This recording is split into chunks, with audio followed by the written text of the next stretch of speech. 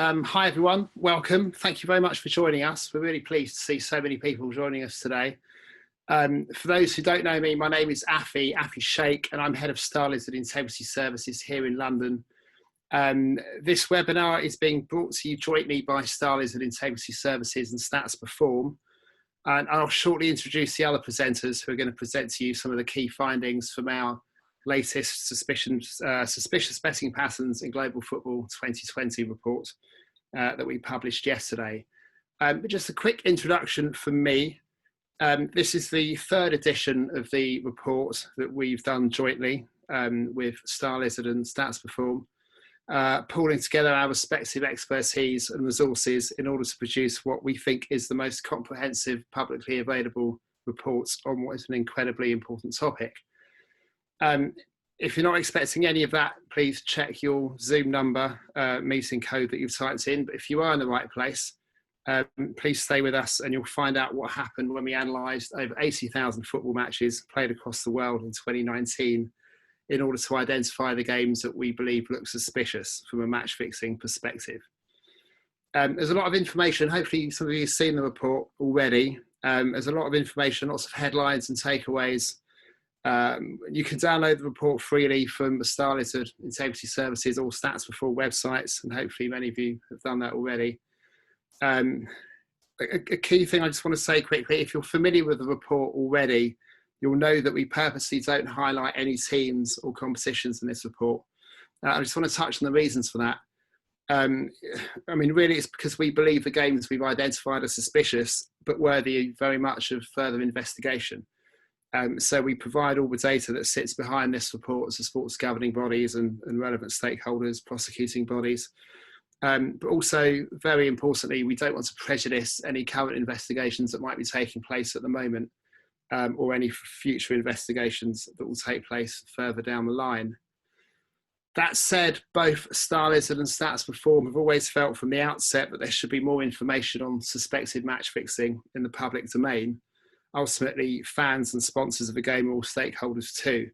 And so our analysis seeks to provide everyone with the context as to the extent of suspected match fixing. So where it's taking place geographically, what levels of football it's taking place at, when it's happening, and so on. So anyway, a lot of work has gone into this. Lots of work has gone into analysing over 80,000 football matches. So we do hope you'll find this webinar interesting. As Mary Kate said, there'll be a question and answer session at the end. Please use that function. I do encourage you to ask us a question if there's one burning a hole in your pocket. And we'll also put our contact details up at the end if you want to get in touch with us that way, or find us on LinkedIn or however you like. But I think that's enough for me. I'm going to hand you over to the guys who have done all the hard work on this report. And I think they've done an incredibly good job, if I may say so. My colleague, Alec Bowers, is the Senior Integrity Analyst at Starlizard Integrity Services. David Newson from Stats Perform. And first up to explain the methodology behind this year's report is Simon Cullis from Stats Perform. Simon, over to you. Hey, thanks, Afi. Hey, everyone. Thanks for joining. So that's, as Afi said, this is the third year we produced the report. I was sort of doing a quick totting up the other day, and we've looked at around 200,000 matches now. And in that time, identified just over 1,200 suspicious matches. But before we go into the detail of the report, I just wanted to cover the methodology used for the analysis, which we believe is a unique way to approach a sort of mammoth task like this. And it also sets a foundation for a very robust set of findings. So the methodologies remain the same for each of the three reports.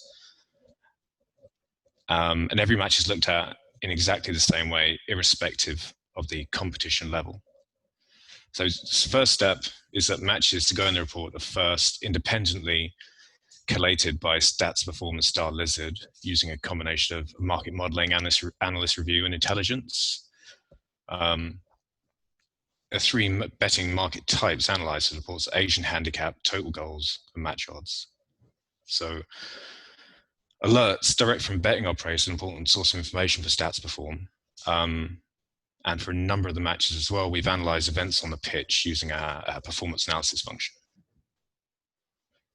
So the second step is that once each company has drawn up their own list of suspicious matches, they are compared to each other. Duplicate matches are identified, and then unique matches to each company are also identified. With then each given the opportunity to sort of review those unique matches we may not have found ourselves, and provide feedback and our view of those matches. So the final step is that both companies must agree on each match being suspicious in a quality assurance process before they're included in the report. So that's just a kind of an overview of the process by which the data has been collated. We believe this way of doing things allows us to create a really detailed and rounded assessment of each match, and helps also to ensure the report's objectivity. So yeah, so now my colleague David is going to have a look at some of the headline figures in a bit more detail. Thank you very much, Simon. So yes, before we cover some aspects of this year's report in more detail, let's have a look at some of this year's headline figures. As you can hopefully see now from that first figure, almost 81,000 matches form part of our analysis for this year's report. Alec will explain in a moment exactly how that figure compares to previous years. But suffice to say, this number makes this our third annual global report, our most comprehensive to date. Just to reiterate, when we talk about matches that feature in this year's report, we are referring to matches that were played in 2019, and that last year's report covered 2018 matches and so on. In terms of which matches did and didn't form part of our report, generally any match included would have required a high level of global betting coverage from multiple bookmakers on which to base our findings. The vast majority of these matches also featured extensive in-play betting coverage as well as pre-match in order for us to gain a more panoramic view of the betting. The matches were played in 113 countries around the world. That total is actually just for domestic matches. If we were to add in the international matches we analysed, it would actually cover more like 180 matches. 180 different countries. Moving down, we see that 456 matches analysed were deemed to be suspicious, and 456 out of almost 81,000, that works out at 0.56% of all matches analysed being deemed as suspicious. Again, we'll look at how that figure compares to the previous 2 years in a moment.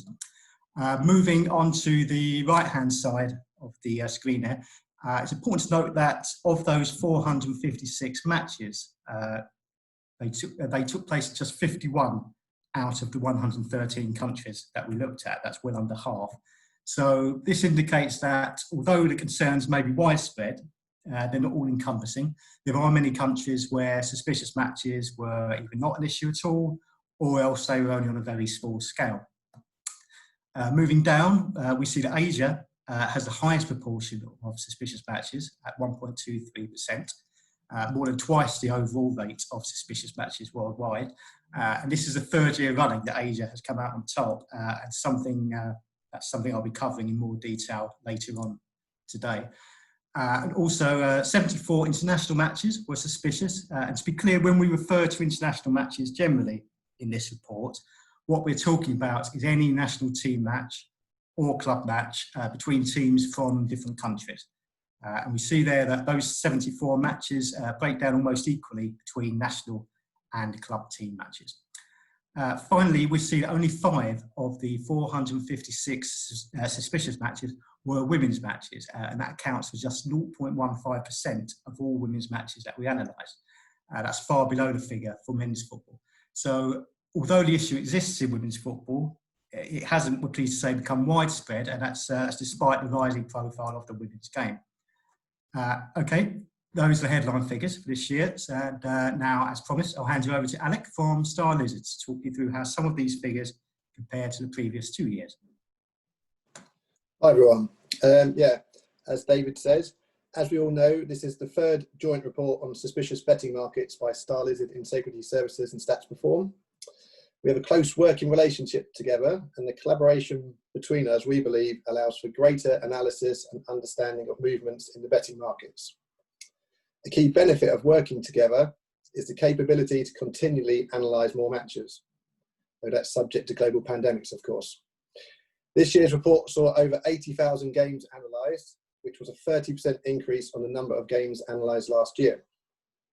Unsurprisingly, perhaps, this increase in the total amount of the games analysed saw an increase in the raw amount of games with suspicious betting markets compared to the previous two reports. In 2019, as David said, we had 456 matches that contained betting market anomalies within them. However, what is very interesting to note is that since the first initial report done together, subsequent reports have seen an actual decrease in the percentage of games with betting market irregularities. This year's report, as David said, contained just 0.56% of all games, compared to 0.61 and 0.73% in the previous two reports. So despite the overall number of games with betting market irregularities going up, it is of course good news to see the percentage of matches with suspicious betting patterns continuing to fall. David is now going to talk through some of the findings relating to the location of the games in the report. Thank you, Alec. So let's have a look at the continental breakdown of the suspicious matches. First, just to explain, the matches we assigned to a specific continent are domestic matches, i.e. they are between teams from the same country. Any match between teams from different countries, be it club or national teams, has been labelled separately as international, as you can see on the graph, and not to a specific continent. Now, looking at the graph on the left, Asia, as mentioned in the headlines before, with the highest proportion of suspicious matches, 1.23%, followed by Africa and then Europe. A quick look at the top table on the right shows that in all 3 years we've been producing this report, the percentage of suspicious Asian matches has been considerably higher than the global average. You see it was not far below 1% in 2018 and well above 1% in 2017. Are there any specific reasons for this? Well, one possibility is that there is, of course, a huge football betting market in Asia. And because of the time differences, matches in Asia usually take place at different times of the day to the major leagues of Europe or the Americas. And even within Asia, there are several time zones, meaning that kickoff times are often subtle. Therefore, some Asian leagues have relatively little competition in the betting market space, and as a result, the matches tend to attract far higher staking levels than might be expected given the standing of the competition. The seesaw effect of Asian betting markets and betting exchanges means that those looking to manipulate a game for betting purposes would most likely profit more from matches that attract a reasonable amount of legitimate betting interest than those of lower level interest. This theme of matches with a higher level of betting interest for their standing being those most at risk to integrity concerns is a recurring one in this report. Now, that said, you can see on the table on the right that this year's report features 90 suspicious matches in Asia, and of those 90, 53 matches, well over half, emanated from just 2 countries. One of those countries has been in the top 5 highest in the world for suspicious matches. In all 3 years we produced this report, so clearly that country has some ongoing issues. The other countries saw their figure jump from 4 matches in last year's report to 23 matches this year. And this country's had on-off issues with match manipulation for a number of years, including at youth level. So this suggests a persistent problem in that country, despite the authorities repeatedly handing bans and sentences to offenders. Given the proportion of suspicious matches emanating from just those 2 countries, problems in Asia therefore may not be quite as widespread as the figures suggest. The same you could also say for Africa. Unlike Asia, matches in Africa often kick off at similar times to the major leagues of Europe, meaning that they have relatively very minor betting coverage, which may explain why in previous years the proportion of suspicious matches has been lower than the worldwide average. However, the figures on the right for Africa show an increase from 5 suspicious matches in last year's report to 21 this year, and of those 21 matches, 20 were played in the same league. This league has suffered a number of financial setbacks in terms of sponsorship or TV revenue in recent years, leaving multiple clubs in debt and unable to play their players on time. And this, perhaps unsurprisingly, is a situation known to cause integrity issues. Moving on to Europe, Europe accounted for well over half of all the matches we analysed for this year's report, so it's not surprising it played host to more than half of these suspicious matches. Most of the countries in Europe with the highest number of suspicious matches in last year's report showed slight improvements this year. However, there was one notable exception. A league which hadn't been analysed in previous years was deemed to contain 26 suspicious matches in this year's report. Despite this, proportionately, the number of suspicious matches in Europe continues to drop overall and is now below the worldwide average. And as you can see, moving along the graph, the figures for North and South America are much lower, and concerns in these continents appear to be on a far smaller scale, whilst in Oceania, we're happy to say there have been no suspicious matches at all. And on that, I'll hand you back to Alec, who is going to talk to you about weekdays. Cheers, David. First of all, I want to talk to you a little bit about tiers in the report. So first and foremost, we must clarify that when we talk about tiers in this report, they do not automatically relate to the level of football. When we talk about tiers here, we're talking about how leagues and tournaments are categorised for the purpose of the analysis we undertook. And the way we do that is by the size of the betting markets on offer for events. Now, in most cases, the events and tournaments you expect to be high or low are just that. However, we want to clarify that when we say tier 4, for example, we are not saying that these matches are coming from the 4th tier football level of any given country. We believe by looking at games in this manner, it gives us greater capability to view how and why some competitions and events see greater anomalies than others may. So, how does the betting market limits and therefore tiers frame themselves? Well, naturally, they're the obvious things like the profile and popularity of a tournament. As you would expect in the tier 1 analysis here, you will find competitions that you automatically think of as having the highest betting limits. These will be things like the World Cup, elite level football, European football competitions like the Premier League, Bundesliga, etc. Games in tier 2 will also be the ones you would expect. Mainly those with high popularity, good TV coverage, good media and social media coverage, but maybe not to the quite of the footballing level that we see in tier 1. However, from tiers 3 downwards, it gets a little bit more cloudy. We start to see many leagues in higher tiers than we expect and vice versa. And the main reason for this is fixture timing. So if we look at a standard European football weekend, we have the big 5 leagues all kicking off at very similar times, and then scores of leagues all kicking off around them. Now, the global betting market liquidity is only so big, and it is natural that the bettors in the market are going to put the majority of their betting funds on these big and popular events. And so you see very good standards of football in Europe that have a relatively low betting tier for this purpose, just because of the times that they are being played at. However, the flip side of this is that you'll get competitions where the quality of football may not be quite as high, but have high betting tiers because of the times they're played at.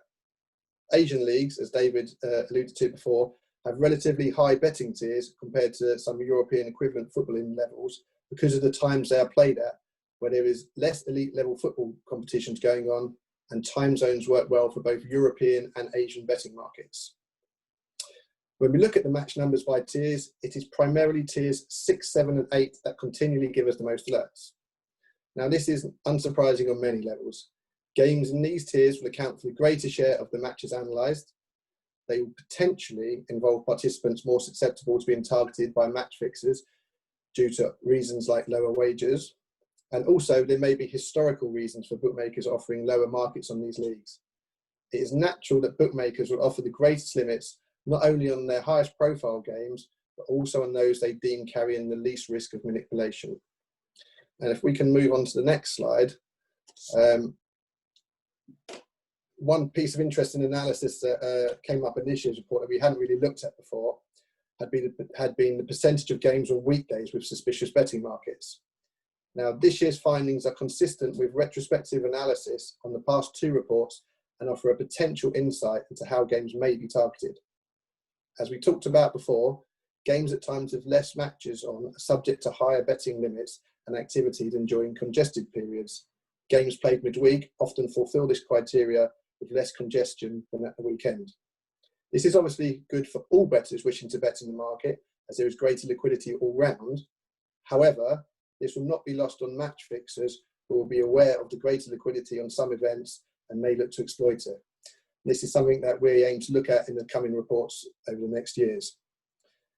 In this year's report, we saw games played Monday to Friday account for just under 40% of all the games analysed, but have nearly 60% of the games with suspicious betting markets. The games played Monday to Friday accounted for 0.85% of all matches seeing betting irregularities, as compared to only 0.37% of those played on Saturday and Sunday. David is now going to continue with some talk about season quarters and how that affects the analysis. Thanks again, Alec. So what we've done in this section is remove all the suspicious cup matches, internationals, friendlies, etc. And so we're just left with 333 domestic league suspicious matches. We've then divided each domestic league season into 4 equal quarters to see which parts of the season suspicious matches are most likely to occur in. The number of matches analysed per quarter should therefore be nearly equal.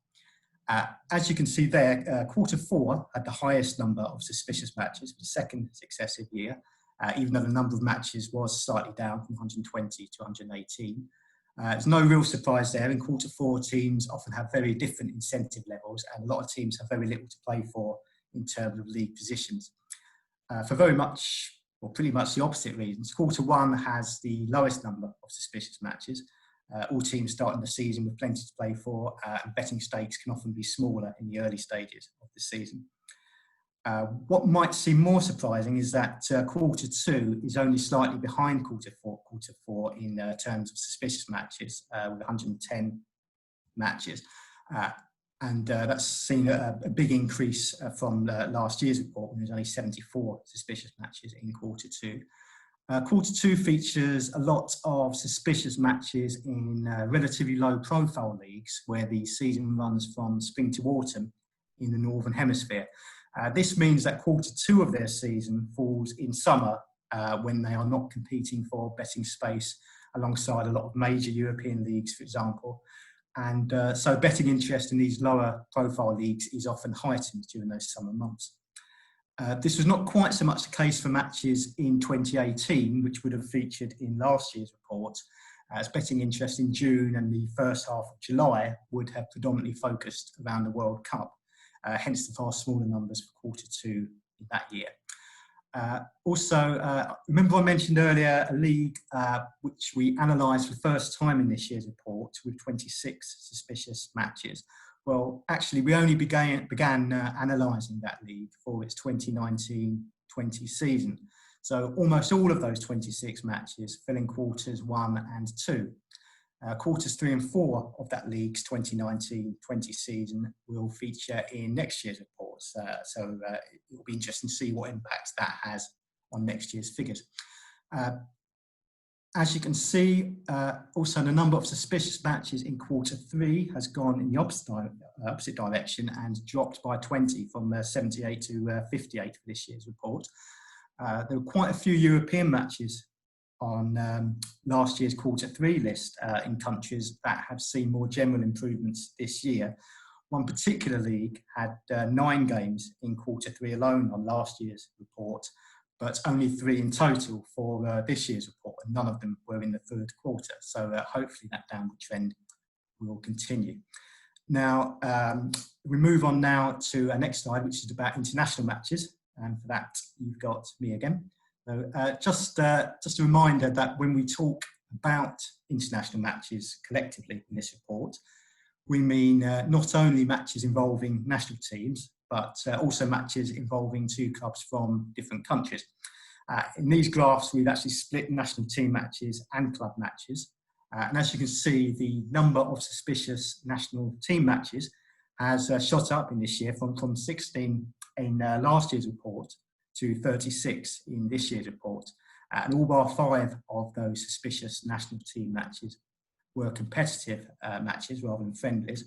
And many were in competitions which run on 2 or 4 year cycles, which may explain the big differences on year. One particular competition featured 12 suspicious matches this year, all of which were played on the same continent. It's no surprise that the number generally has risen, because apart from anything else, there tends to be more national teams matches played in odd number years, such as 2019. But even after taking that into account, the percentage of suspicious national team matches has still increased, as can be seen on the graph on the right, from 1.01% to 1.53%. And that's well above the overall average, which of course was 0.56%. There are a variety of possible reasons why the figures for national team matches are always higher. There is little high-profile domestic football played on international weeks. That means that most competitive national team matches are likely to attract relatively large betting markets. And that's true even of those featuring lowly ranked nations where the players are likely to be poorly paid and where club matches wouldn't have wide betting coverage. Often the lower ranked nations have no realistic chance of qualifying for a major tournament, and that leads to a high number of dead rubber matches. There are also many one-sided contests in national team matches. One-sided contests mean that there could be multiple Asian handicap lines, enabling bettors to spread their stakes across lines and so maximise the amount that can be staked before hitting the betting operator's limits. These one-sided contests also mean a team can lose by several goals without necessarily attracting suspicion, and individual players can underperform the match without necessarily affecting the overall match result. Now, whilst suspicious national team matches have greatly increased, the number of suspicious international club matches are only slightly up this year. And as we analyse far more international club matches compared to previous years, the percentage has actually dropped quite substantially from 0.93% down to 0.65%, as you can see on the graph on the right, as most of the suspicious matches fell in competitions we had previously analysed. One particular international club tournament has comprised of 21 suspicious matches over the last 2 years, and this includes 5 of the 6 matches that one particular team played in last year's competition. Another team have been involved in 5 of these suspicious matches over the past 2 years. Both of these teams come from countries where domestic football tends to get very little global betting coverage. And that's it for international football. Now I hand over to Alec again for women's football. Okay, yeah, this one's just a brief one, and a little bit like some of the nice figures we're seeing here on percentages actually going down with the increased analysis and games analysed. The women's game offers another good news story. There is sometimes speculation that increased betting exposure will lead to more cases of suspicious betting markets, but our early analysis of the women's football shows that this is not the case. Now, whilst the numbers of games analysed containing women's teams is a lot lower than the men's, the coverage that we did increased by 40% from 2018 to 2019. We actually saw 1 less game with betting market irregularities, with only 5 last year compared to 6 the year before. This worked out at 0.15% of all games analysed. And so, despite greater TV coverage and media coverage of the women's game, along with increased market turnover in the betting sphere, the women's game is looking in a pretty good place right now, and hopefully this trend can continue. I'm now going to hand on to Simon, who's going to talk about friendly matches. Thanks, Alec. Yeah. So friendlies are often viewed as being of higher risk competitive matches, and in previous reports this has been the case, with a significantly higher percentage of suspicious friendly games than competitive ones. I think in our previous reports, friendly matches were found to be around 2 and 3 times more suspicious in terms of percentage-wise than competitive matches. So there's, as you can see, there's much less of a difference in this year's figures, especially when looking at club team friendlies. Our data analysed over 4,000 friendly matches in total. Again, national team friendlies are prominent, and the overall total percentage of suspicious friendlies, taking into account both national team and club team friendlies, was 0.71%, so not too far off the overall figure. there were only 5 national team matches identified as suspicious, with the remainder club team matches. There was one club team in particular that stood out. It was involved in 5 suspicious friendly matches, and all of those matches took place outside of that club's home country, sort of at a neutral venue. Our analysis leads us to believe that the matches were organised so that bettors could profit from betting on those matches through placing sort of bets on different elements of the games. And that same team was involved in a lesser number of suspicious competitive matches throughout the course of last year.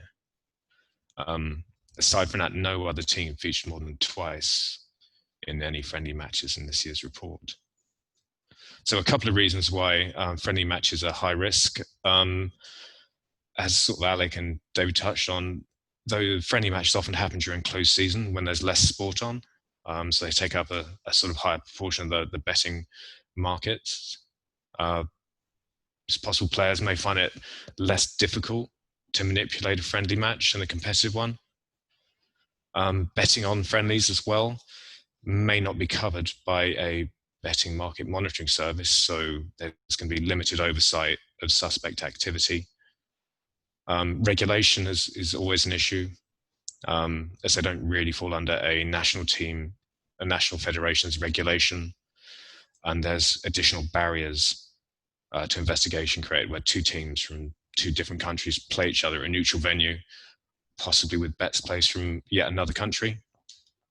And finally, sort of on the pitch, underperformance and team selection can be explained by player fitness, tactical experiments. So people kind of expect to see unusual performances in friendly matches anyway, so it may not immediately register as unusual if it does actually take place.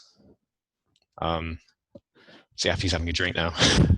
Afi, hand over to you to give a COVID update.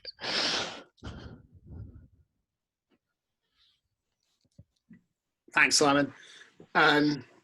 Yeah, so I mean, here we are on Zoom instead of sitting in a room face to face with everyone. So it'd be remiss of us really not to mention the current situation regarding COVID-19 and its impacts on football.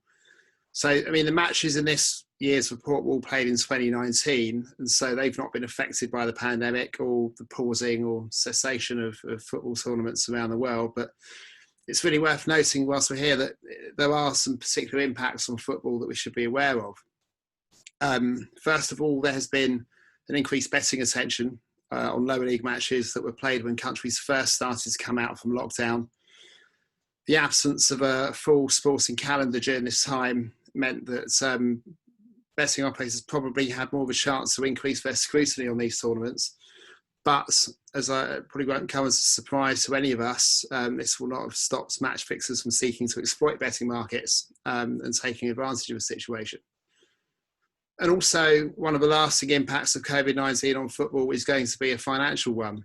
The loss of revenues that clubs need in order to function and operate has resulted in financial struggles that in turn lead to redundancies and staff, including players, not being paid. And these are definitely vulnerabilities that we know criminals and match fixers will seek to exploit. A club or a player with financial issues is music to the ears of these people. So it's really something we need to be aware of. I don't think many of us foresaw a global pandemic as being a key factor in sports corruption and match manipulation, but unfortunately, so it is. And in next year's report, we will no doubt have the displeasure of examining the aftermath of this and the games played in 2020. That really rounds it up for the presentation aspects of this webinar. We allowed some time on at the end for some questions and answers. And I can see we've got 2 questions in the Q&A box.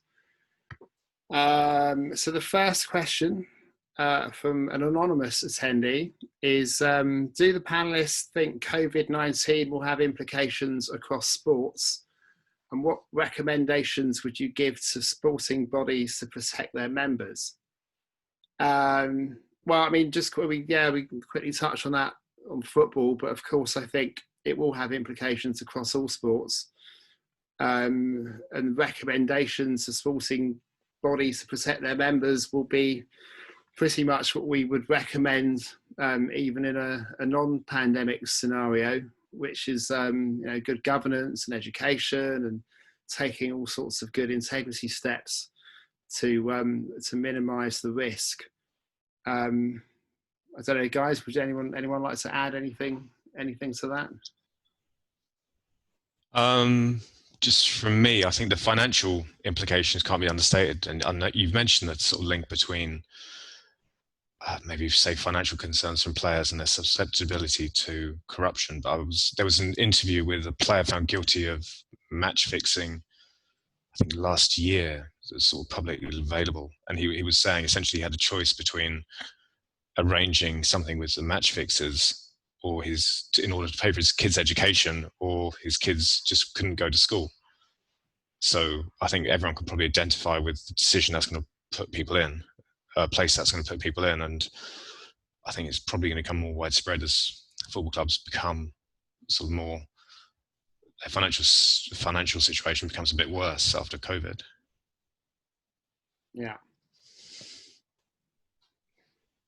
Okay, we've got another question. European football seems to be on a good path. What are they doing right? So I'm guessing we've got someone here from European football. But yeah, I mean, what are they doing right? Well, I think this question probably alludes to some high-profile cases that have been reported in recent months and years. I mean, for me, it's all about investigation. I think I said at the outset that we've identified 456 football matches that are suspicious, and all of them are worthy of further investigation. And so if there is then further investigation, you'd like to think that hopefully there'll be a case with a tangible results at the end of it, whether that is a disciplinary procedure or criminal procedure. So I mean, there's definitely been some good cases in European football that have made the headlines and brought awareness of the problem to a wider audience. Guys, anyone want to chip in on that?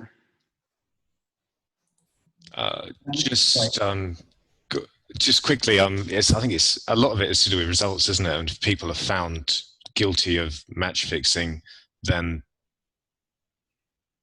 that sort of either discouraged the match fixers or they move elsewhere. And there's been quite a few cases in Europe, hasn't there, where there's been like effective action by both the sporting bodies and law enforcement. I think even quite recently, the Slovakian FA had a brilliant result that resulted in, I think, 14 referees, possibly, and some club chairmen prosecuted for match fixing. And it's only going to help the situation in that country. Yeah, I think the deterrent aspect is key. Okay, I'm going to pick another question. We've got a question from Declan. Hi, Declan. Any chance that next year you can do comparisons between specific leagues and countries so we can name and shame the sports that are not doing enough to protect their sport? For me, that's a real tough one. I would love to do that, but I'm just conscious that if we were to name and shame, would it be counterproductive?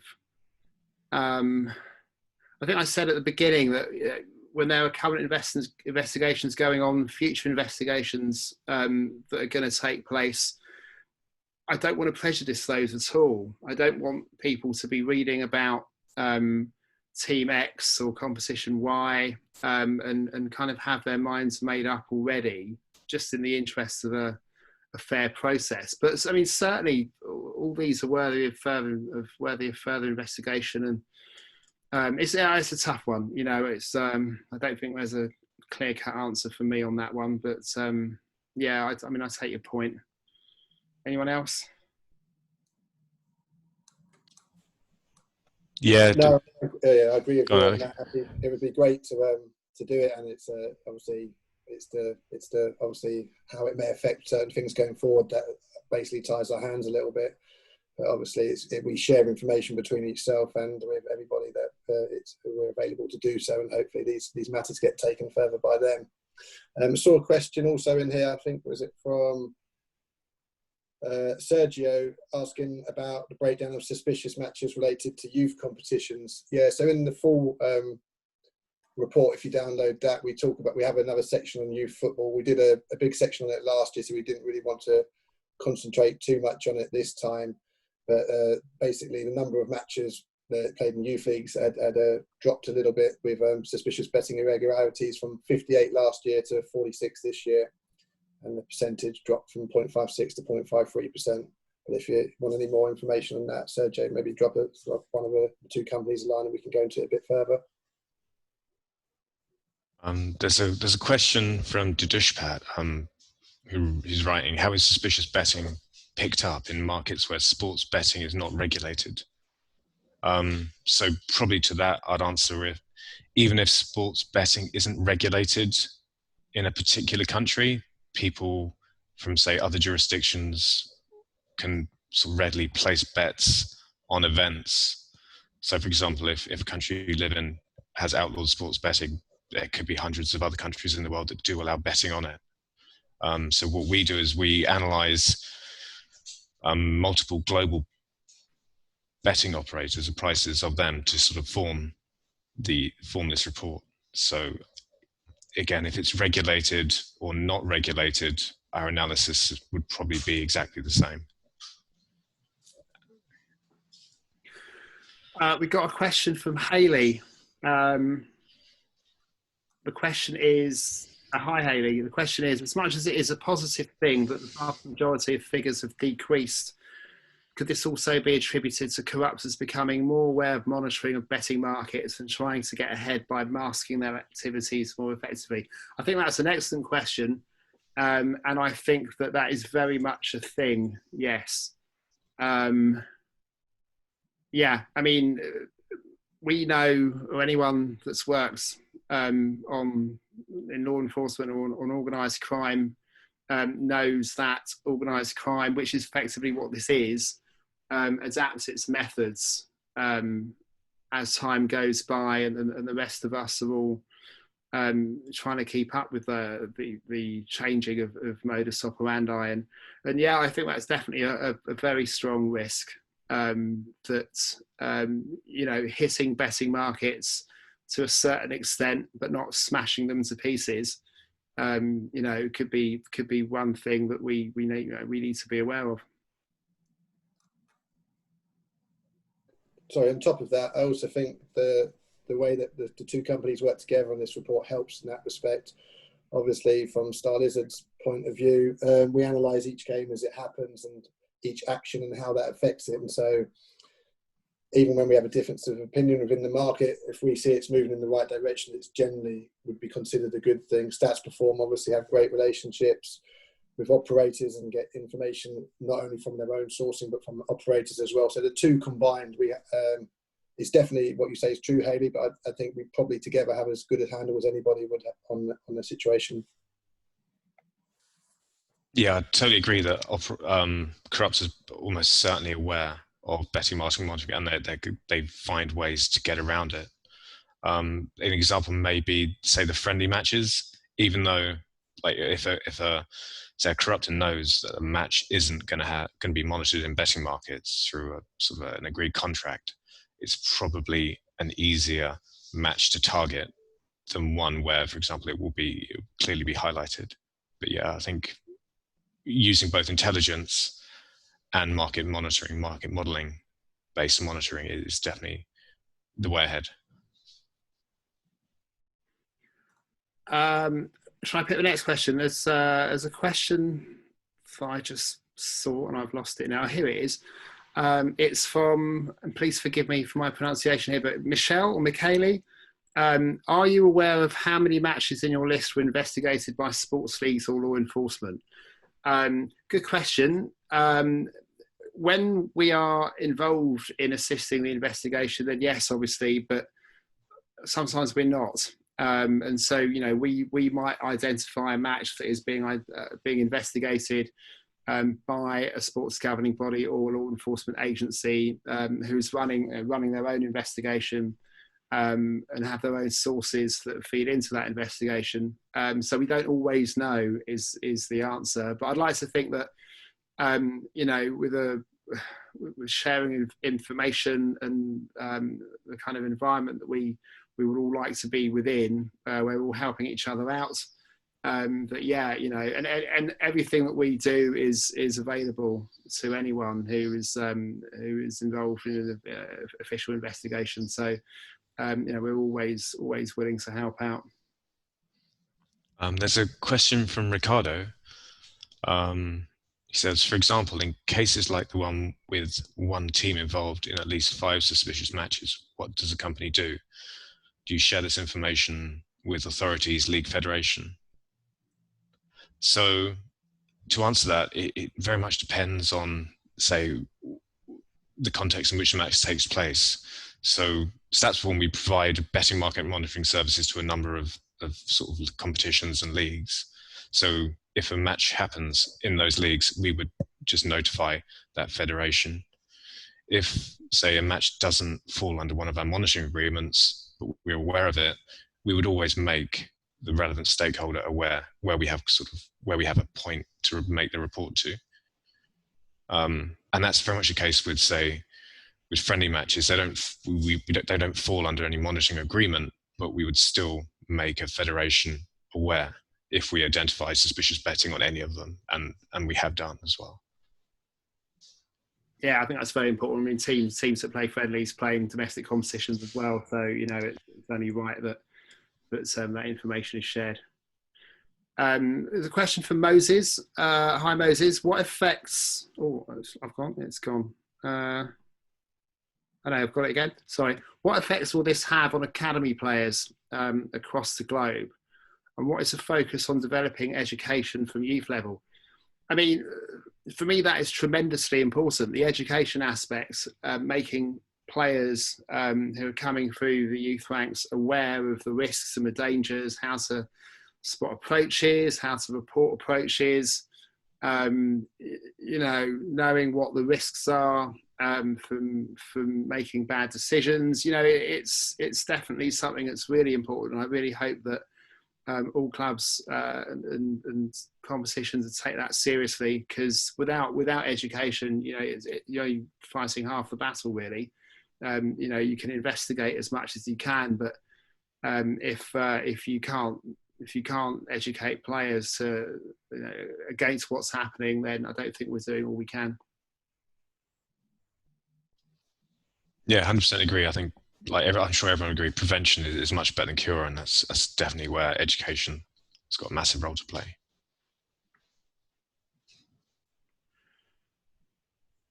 We got a few more questions. We've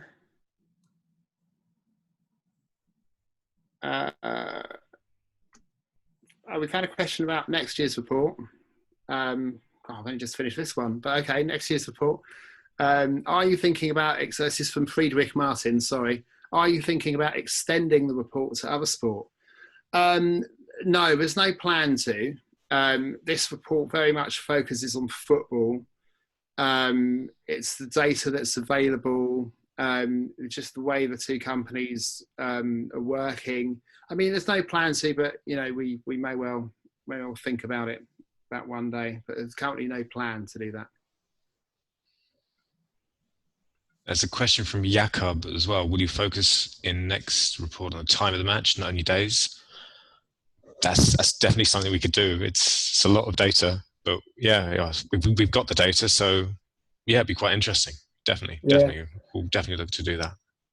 Yeah, I think it's a great question really, and it adds to the granular detail of the route we're going down by looking at the days and stuff like that. So it's definitely a good suggestion. Thanks, Jackie. There's a question from Andy Harvey on who is most involved in betting-related manipulation: players, refs, club owners, directors, and others. Tough question, that. It's often a combination of more than one of those entities. I mean, there definitely has to be some sort of influence on the pitch, whether it's players or referees, whether club owners are involved and directors. It's harder for us to see, of course. You know, we're looking at primarily at betting markets. Intelligence around that is not always easy to confirm and corroborate. So, you know, it's a very tough question to answer. But I mean, certainly there has to be obviously some sort of corruption on the pitch in order for it to be manipulated in the first place. So there's always going to be players and referees involved, or players or referees involved in these matches. Anything beyond that is harder to say.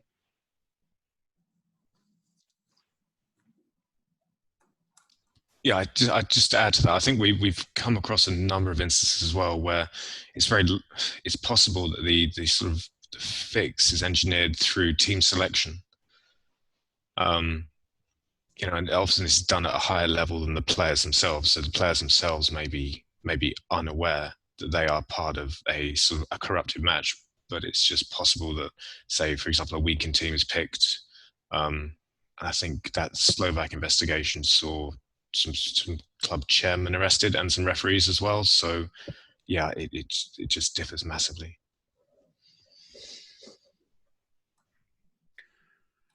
I think we've had a question already about analysis in other sports. I mean, we do both companies analyse other sports. We don't just do football, but certainly football is our main focus, particularly when it comes to this report. Yeah, certainly it's for us, certainly in terms of the scale of the amount of data involved, I think we can do this in football, but other sports would be a stretch. It's a good question. It's a proportion of games where suspicious betting patterns were first detected in play rather than pre-match changing, or what other new trends has the analysis identified? Yeah, I can answer a little bit here. Yeah, go on, so I think a general shift in that direction would be, and it kind of alludes to what Hayley said about people making it more difficult to notice when things are going amiss. So the trend would be more to go to in running, because the markets are naturally moving as the time decreases in the match and events happen in the match. So it's harder to spot to the naked eye or the untrained eye how things are maybe running amiss.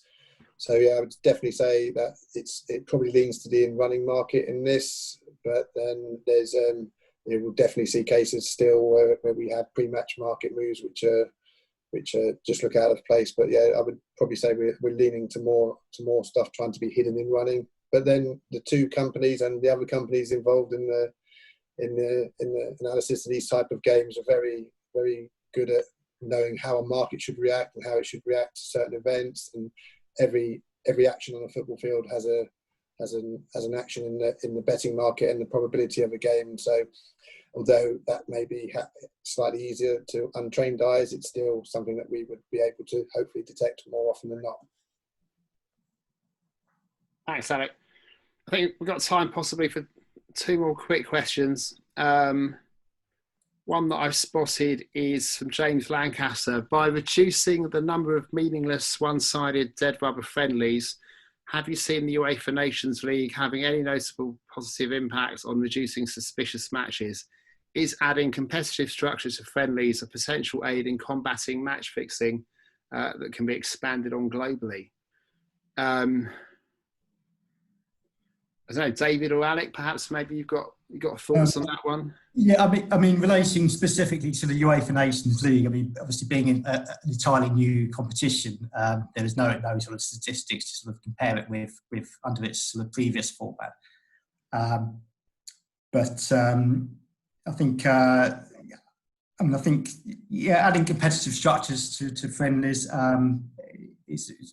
could possibly be of benefit. I mean, it depends. A lot depends on not so much perhaps on that, but more on what the size of the betting market in the actual match is, I would say. I would think that it would, I think, adding competitive structures would have possibly have a positive impact, but I don't know. It's difficult to say. As I say, in regards to Nations League, it's a brand new competition, so we couldn't really compare it to previous years, but it's possible. Early days. I think I probably, maybe this will be the last question, but there's a question from Audrius, possibly links in terms of sizes of betting markets, but we've investigated quite a few matches, but there's always a question of how much money might be involved in a country like Lithuania. I think that kind of comes back to what we were saying before about betting market sizes and tiers and what else is on at the same time as those games, right, guys? Yeah, agree. It's gone. So yeah, I can say of course it does. I mean, a match which, say a match played at sort of a midweek afternoon when there's very little else going on around the world, it is always going to attract a great deal more betting attention than a match in sort of a country such as that played on a Saturday afternoon when it's competing against sort of Premier League, Bundesliga, etc. So yeah, that would have a big bearing on the amount of money involved. And on the limits as well. I mean, obviously, the lower level you go, the more limits operators will place on bet staking levels as well, and that will, of course, will have an effect on how much money can be placed in the market. Okay, I think we've overrun, but I think we've got through most of the questions. A couple of left, I think, were kind of already answered in other questions. So. I think on that note, it's probably a good time to round up, finish off and say thank you very much. First of all, to everyone for coming along, if that's the right expression, to an online conference and listening to what we've had to say and reading the report. Hopefully it's been interesting. Thanks, guys. Simon, David and Alec for your presentations, and Mary Kate as well for your assistance. Yeah, thanks everyone. We've got our contact details are on the sort of webinar and also on the report itself. So please, any questions, please just drop us an email. Happy to get back to you. I've put our contact details up there as well if anyone would like to get in touch with us that way.